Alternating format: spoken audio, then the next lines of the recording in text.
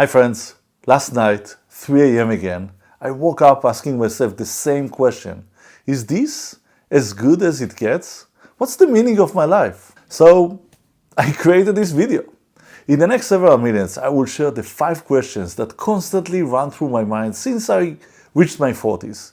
These are, similar questions to the ones my friends and the hundreds of people I spoke with ask ourselves in midlife. And yes, I'll also share the actions that many of us have taken. And I really hope that this will provide you with more clarity as you answer your own questions. If you're new here, hi, I'm Amir, welcome. And if you're back, thank you for your continuous support and curiosity.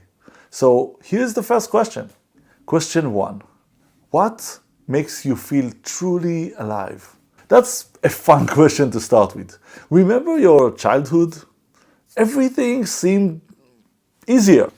School, homework, and then, the fun begins. For me, it was just going outside to play with the neighborhood kids.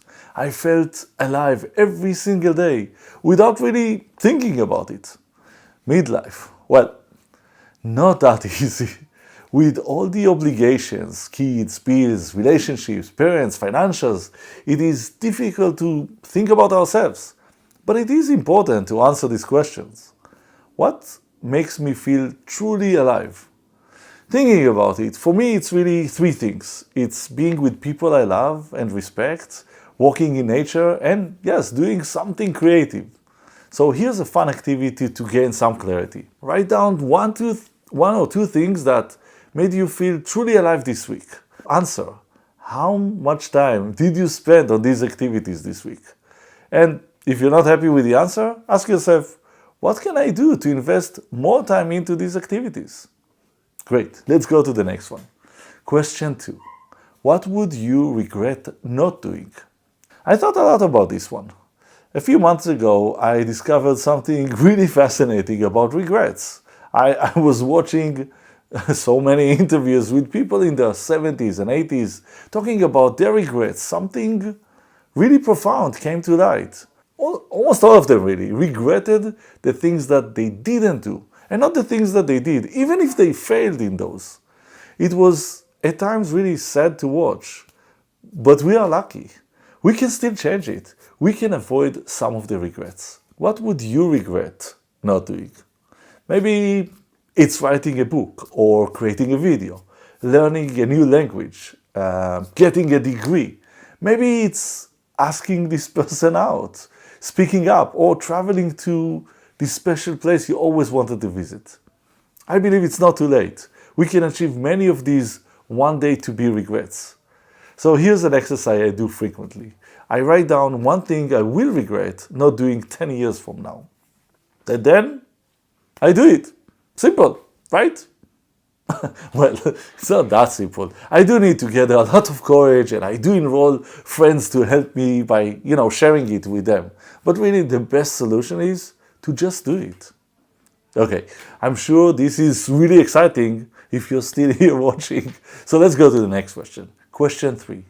Who do you want to become? Something I truly never thought much about until my 40s. I was just, whoever I needed to be. A funny kid, a husband, dad, manager, mentor, whatever was needed in the moment. But I think there is more to it. Today, I know that half of my life already passed. So I want to make sure and make the most of my second half. I think it starts with answering this question. Understanding who you want to become is really our key to our ability to take the actions that we want to take. But what do you do to answer this question? I use this insightful and really simple exercise.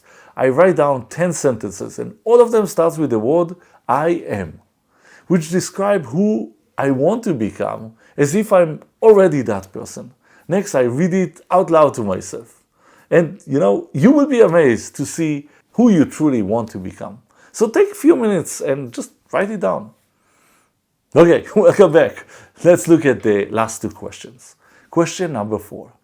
What beliefs are holding you back? In prior questions, we answer who we want to become and what we want to do.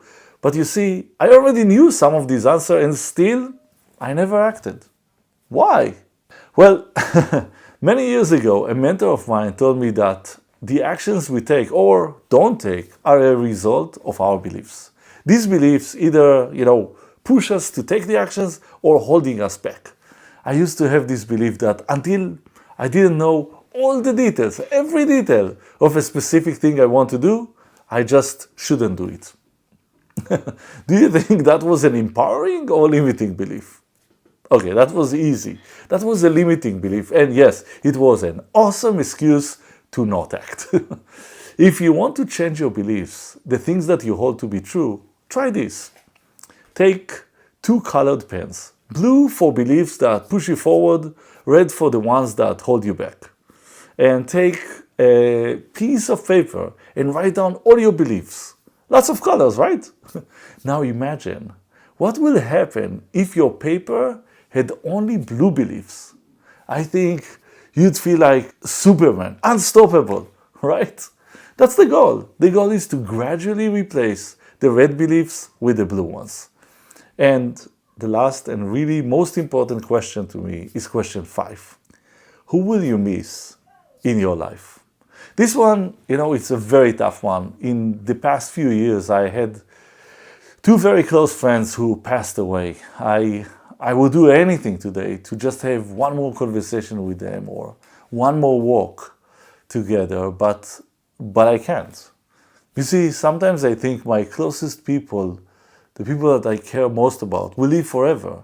I know it's not true, but I behave this way, taking it for granted, or maybe I just don't want to think of the other possibility. Do you have people in your life that you will truly miss when they will no longer be part of your life? I'm sure you have a few. So, who will you miss in your life? It is a tough question to answer, but here is something that we can do. We can spend more meaningful time with these really special people. Tell them you love them. Tell them specifically how grateful you are for their impact on you. Maybe set a weekly call with your friend in a different state, or taking a hiking trip with a friend. Do it every day, and something, well, I know it's cheesy, but it is true. Something magical will happen. Your relationship with them will grow up to be even more meaningful, and you will feel so much more alive.